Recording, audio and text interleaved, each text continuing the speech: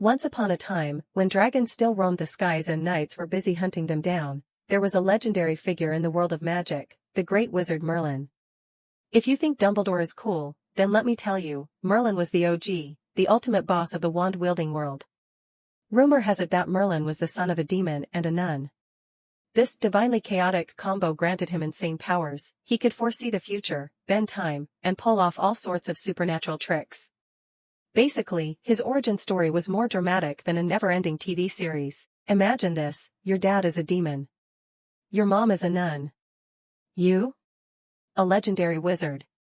Meanwhile, here we are, chanting the spell "raise my salary" over and over, yet our bosses remain unmoved. Luckily, his mother's genes were stronger, so instead of becoming a villain, Merlin chose to use his powers for good. Makes sense. Who has the energy to be evil 24/7? That's exhausting. With his insane magical abilities and razor-sharp mind, Merlin outsmarted the exorcists who tried to hunt him down. All it took was a snap of his fingers, and, poof, they found themselves lost somewhere in the middle of the Sahara Desert. As he grew up, Merlin wasn't just a master of magic, he was also a master of words, with unparalleled skills in persuasion and rhetoric. He could shapeshift into anything, from an old man with a long white beard to an adorable little squirrel. If his opponents let their guard down for even a second, poof, he was gone. Merlin also had an insanely accurate gift of prophecy. Sometimes, before people could even ask, he would casually drop a warning: "Don't go that way, there's a dragon ahead," or "Don't bet on this match, the other team is doomed to lose." Legend has it that many gamblers sought his predictions before placing their bets, but Merlin wasn't interested in getting involved in gambling schemes. Before becoming the legendary national advisor to King Arthur, Merlin spent years as a trusted counselor to Arthur's father, King Uther Pendragon, a ruler infamous for being both hot-headed and hopelessly romantic. And as always, whenever Merlin was around, the story was bound to involve magic, intrigue, and a fair share of hilarious, larger-than-life situations straight out of legend. Legend has it that when King Uther was still fighting for the throne, he constantly faced trouble from rival factions. One night, he had a vivid dream of two gigantic dragons, one red, one white, locked in a fierce battle in the sky. He woke up in a state of confusion and immediately summoned Merlin to interpret the dream. Merlin stroked his beard, took a sip of tea, and calmly declared, "The red dragon represents you. The white dragon is your enemy.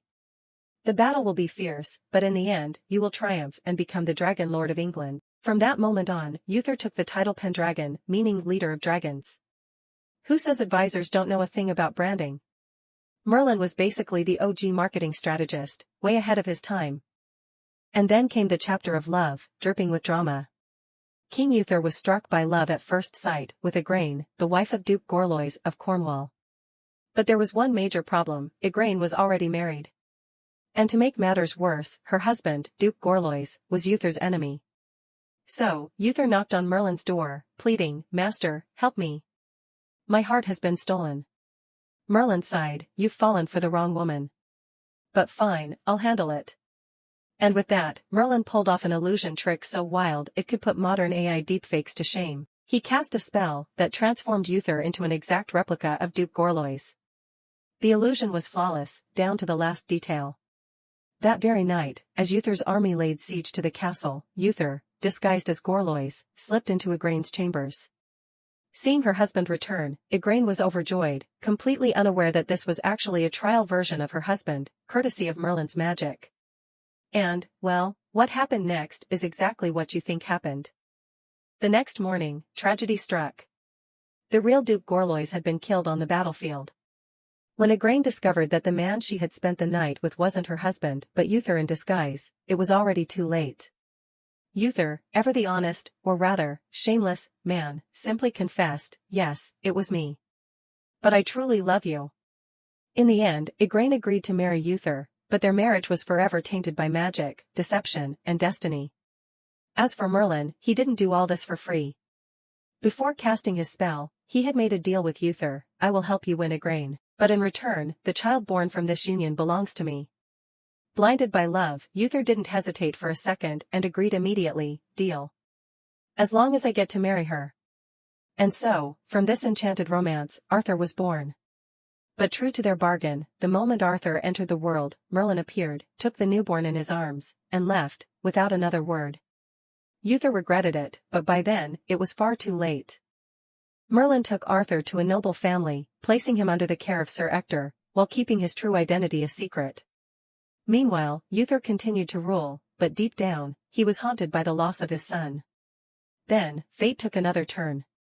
One day, Uther was assassinated, and England fell into chaos, leaderless, with no clear heir to the throne. But Merlin, as always, remained as calm as someone who had already read the script. Just wait. Once young Arthur grows up, I'll make sure he accidentally wins the sword lottery. The legend of Arthur pulling the sword Excalibur. One misty morning in ancient England, the kingdom was buzzing with excitement over a momentous event. The legendary sword Excalibur stood proudly in the middle of the town square, embedded deep into a massive stone the size of an old-school refrigerator. Above it, an inscription, engraved in early Gothic script, read, "Whoever pulls this sword from the stone shall be the rightful king of England." The entire kingdom rushed in to try their luck. Some took deep breaths, like Olympic weightlifters. Others tried tricks, oiling the blade, hammering the stone, but all failed. The sword remained as immovable as a broken Wi-Fi router. In a quiet corner of the square, an old man with a long white beard, Merlin, the legendary wizard, sipped his tea and chuckled to himself. Because he knew the truth, Excalibur wasn't meant for the strongest warrior, it was meant for a boy who hadn't even started shaving. Merlin was the mastermind behind the whole event. The sword didn't just magically appear, he had placed it in the stone, enchanted it with powerful spells, and left behind the legendary inscription. The catch? He never told Arthur, his unsuspecting young pupil. Because sometimes, knowing everything in advance just ruins the fun. At the time, Arthur was just a lanky teenager, handsome but a little clueless, living with his adoptive father, Sir Ector, and his older brother, Kay, a knight who spent more time talking about training than actually doing it. That day, Kay was about to compete in a sword-fighting tournament when he suddenly realized he had forgotten his sword at home. Panicked, he shouted, "Arthur! Run home and grab my sword, quick!" Arthur grumbled, "Home is miles away. Can't you get it yourself?" Kay snapped, "I'm a knight, not a delivery boy. Just go." Muttering under his breath, Arthur begrudgingly took off running. But when he got home, the door was locked. Looking around, he suddenly spotted a gleaming sword in the middle of the town square, Excalibur. Thinking to himself, this sword looks pretty fancy. Guess I can just borrow it for Kay. Arthur stepped forward and placed his hand on the sword's hilt. The crowd around him chuckled. That kid thinks he can pull the sword? Yeah, probably just wants a selfie for the memory. Arthur ignored them. He gripped the sword tightly, took a deep breath, and pulled. SCHLKT. The blade slid out effortlessly, as if it had been stuck in a block of soft butter. A blinding light burst forth. The wind howled. The crowd froze in shock, jaws dropping. Arthur stood there, Excalibur in hand, looking utterly confused. Wait, that's it? That was too easy.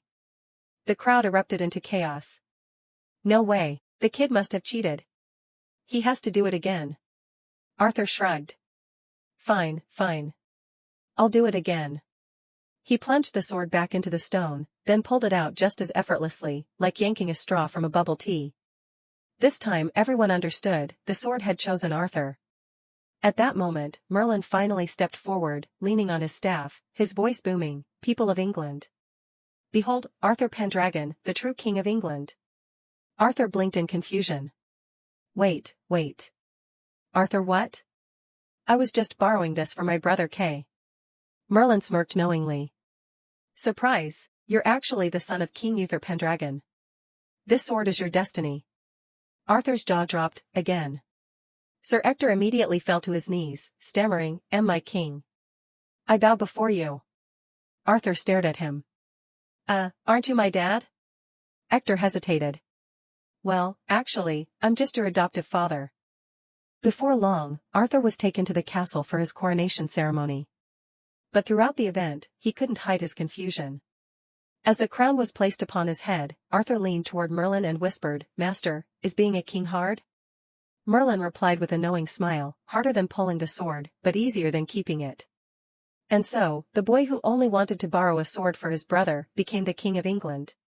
Excalibur, with its razor-sharp blade and the faith of ancient magic, was now a symbol of the great destiny that the once clueless boy had to bear. Merlin watched Arthur with a mix of pride and sympathy.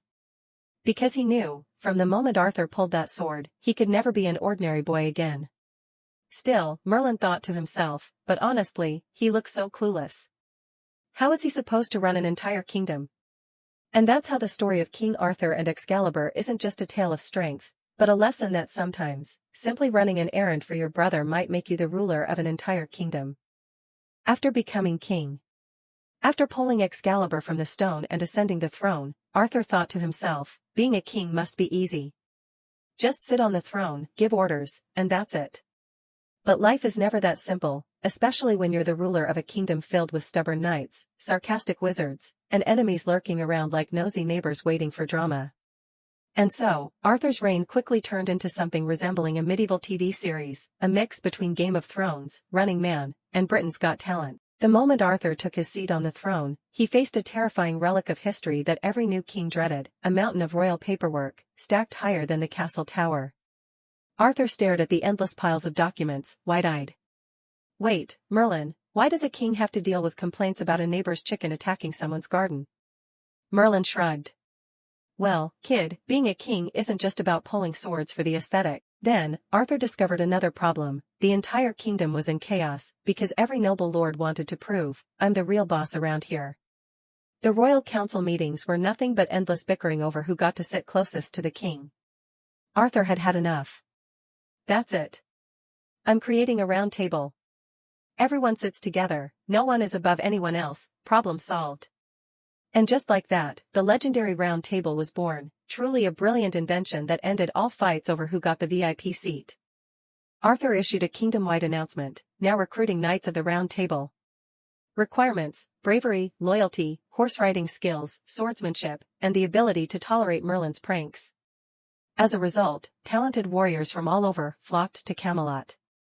But, of course, some of them were quite unique. Sir Lancelot, handsome, strong, as quick with a sword as he was with his wallet, but had an unusual hobby, staring at his reflection more than practicing sword fighting.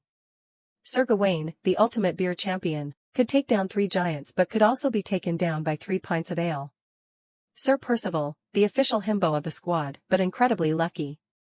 Went on a quest for the Holy Grail and thought he was just out on a picnic. Sir Bedivere, more logical than Merlin himself, but somehow always lost arguments with his wife. Arthur looked at his team of knights and sighed, this is the squad protecting the kingdom? Merlin patted his shoulder. Yup, this is our comedy troupe keeping the peace. Arthur gets married. Despite being busy with royal duties, Arthur didn't forget about love. And when he laid eyes on Guinevere, the daughter of a noble lord, his heart felt like it had been pierced by Excalibur itself. Blushing, Arthur asked Merlin, Master, how do I, love someone? Merlin sighed, well. It's trickier than pulling a sword from a stone. But Arthur didn't care. He proposed to Guinevere with a magical ring and married her in a grand celebration, with the entire kingdom cheering. At the wedding, Merlin leaned over and whispered, Congratulations, my boy, but I have a feeling drama is coming. And, of course, Merlin was right. Because the most handsome knight of the round table, Lancelot, was someone Guinevere occasionally looked at for a little too long. Arthur versus the dragon. One day, Arthur received urgent news: a giant dragon was burning down villages. Arthur, thrilled, exclaimed, Finally! A chance to prove my bravery. Merlin sighed, Yeah. It's a dragon, not a roasted chicken. Arthur and his knights rode straight to the dragon's lair. As soon as they arrived, the massive beast appeared, spewing fire and setting an entire row of trees ablaze. Lancelot muttered, Maybe we should run first and fight later? Arthur stood firm, No. This is a moment to show courage. Arthur charged forward, wielding Excalibur, ready for battle, when suddenly, the dragon spoke, Whoa, chill. I don't want to fight. I just failed my fire-breathing exam and accidentally scorched the wrong place. Merlin smirked, A teenage dragon, huh? So instead of slaying the dragon, Arthur simply gave it some words of encouragement and let it go. The villagers cheered, King Arthur is so merciful. Arthur chuckled, Yeah, honestly, I was kind of scared too. The quest for the Holy Grail. One day, Merlin said to Arthur, The Holy Grail is a symbol of prosperity. We need to find it. Arthur eagerly ordered his knights to set off on the quest. The problem was, no one knew what the Grail actually looked like. Lancelot, maybe it's made of gold? Gawain, maybe it's just a rice bowl? Percival, maybe it's just sitting in someone's backyard? The quest for the Grail went on for years. But in the end, it was Percival, the most clueless knight of them all, who stumbled upon a simple cup in a monastery. When he brought it back, Merlin nodded approvingly. Yes, this is the Holy Grail. Arthur blinked in surprise. Wait, why does it look so plain? Merlin smiled. The Holy Grail doesn't need to be covered in gold, my boy. Just like wisdom, having a long beard doesn't make you wise. Life would be too easy if it just went smoothly, but then came the day Arthur had to face the greatest heartbreak of his life, the betrayal of Queen Guinevere. Guinevere was beautiful, intelligent, and graceful, the kind of woman who could walk into a room and make knights drop their helmets and dragons stop breathing fire. Arthur loved her deeply, but the weight of ruling a kingdom consumed all his time. So instead of romantic dates, their quality time together looked more like this. Arthur, this complaint says a neighbor's goat ate an entire cornfield. What do you think, Guinevere? After we finish this, can we go for a walk? Arthur, staring at a mountain of paperwork, maybe next year? And so, Guinevere slowly began to feel lonely. Right at that moment, who appeared? None other than Sir Lancelot, the most handsome knight of the Round Table, with luxuriously flowing hair like a shampoo ad, a deep, smooth voice, riding his horse like the wind, and with a habit of taking off his armor to show off his muscles during training. At first, Lancelot only saw Guinevere as the queen, never daring to think any further. But one day, during the spring festival, when the two happened to dance under the moonlight, a flame of romance was ignited. And that's where the drama began. Merlin, with his long beard and sharp eyes, quickly sensed the undercurrent of trouble. Merlin, Arthur, I have a feeling that Lancelot and Guinevere are a bit too close. Arthur, laughing it off. Oh, Merlin, you're being paranoid. Guinevere loves me. Lancelot is my best friend. They would never. Probably not. But then, one day, Arthur unexpectedly returned early from a meeting. Arthur, Guinevere, where is she? Servant, scratching his head. Her Majesty is, learning to ride a horse with Sir Lancelot, in the forest. Arthur, learning to ride? At midnight? And that's when Arthur faced the harsh truth. The result, Guinevere was sentenced to death, Lancelot was exiled. Merlin sighed. I told you so. Fortunately, thanks to Merlin's intervention, Guinevere's sentence was reduced to exile. But Arthur's heart was shattered. I never thought the Round Table would have such roundabout drama. Arthur thought that after the whole Guinevere and Lancelot fiasco, he had survived the biggest drama of his life. But no, the scriptwriter of his destiny had one more shocking twist in store. Mordred, his illegitimate son, radiating 100% villain energy. Here's how it happened. When Arthur was young, due to an unfortunate mistake, he unknowingly fathered a child with Queen Morgause, an ambitious sorceress. That child was none other than Mordred. Arthur thought that after the whole Guinevere and Lancelot fiasco, he had survived the biggest drama of his life. But no, the scriptwriter of his destiny had one more shocking twist in store. Mordred, his illegitimate son, radiating 100% villain energy. Here's how it happened. When Arthur was young, due to an unfortunate mistake, he unknowingly fathered a child with Queen Morgause, an ambitious sorceress. That child was none other than Mordred. Mordred was born with a look in his eyes that practically screamed, one day, I'm going to make history. And by history, I mean overthrow my father, Arthur. From the moment Merlin laid eyes on the boy, he sighed, this kid is definitely going to cause trouble. And, as fate would have it, Merlin was right. As Mordred grew older, he gathered his own army with one clear goal, dethrone Arthur. Take the crown. The final battle at Camlan took place under a thick, eerie fog. Arthur, though heartbroken, had no choice but to face Mordred in combat. Mordred lunged forward, and Arthur raised Excalibur to block. But Mordred struck a fatal blow.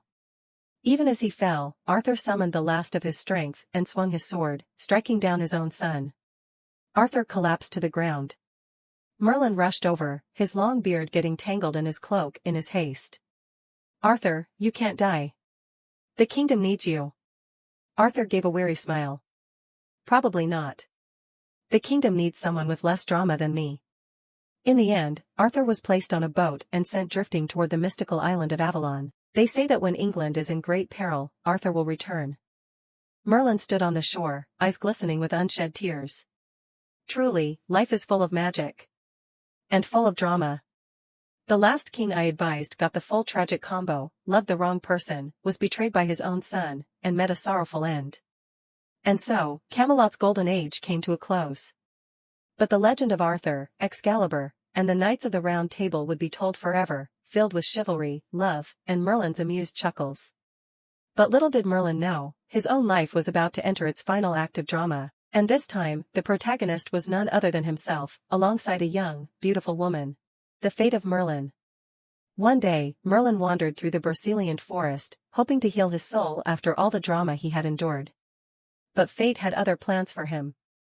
In the heart of the forest, he met Nimue, the young and beautiful lady of the lake. Nimue smiled charmingly. "Greetings, Master Merlin. Your beard is so long and fluffy." Merlin, blushing, thanks. I use a secret formula, 7-in-1 magical herbal shampoo. Oh, poor Merlin, the wisest of all wizards, the one who saw through Mordred's schemes and Morgana's treachery, but failed to guard himself against a pretty smile.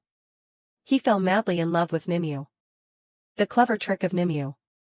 Nimue, being sharp-witted, quickly realized that Merlin was a master of magic but had one weakness, falling for beautiful women.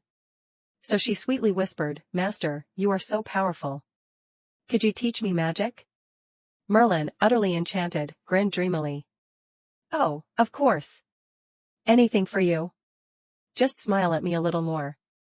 And so, Merlin eagerly became her mentor, teaching her every secret he knew, from summoning dragons to washing dishes without soap.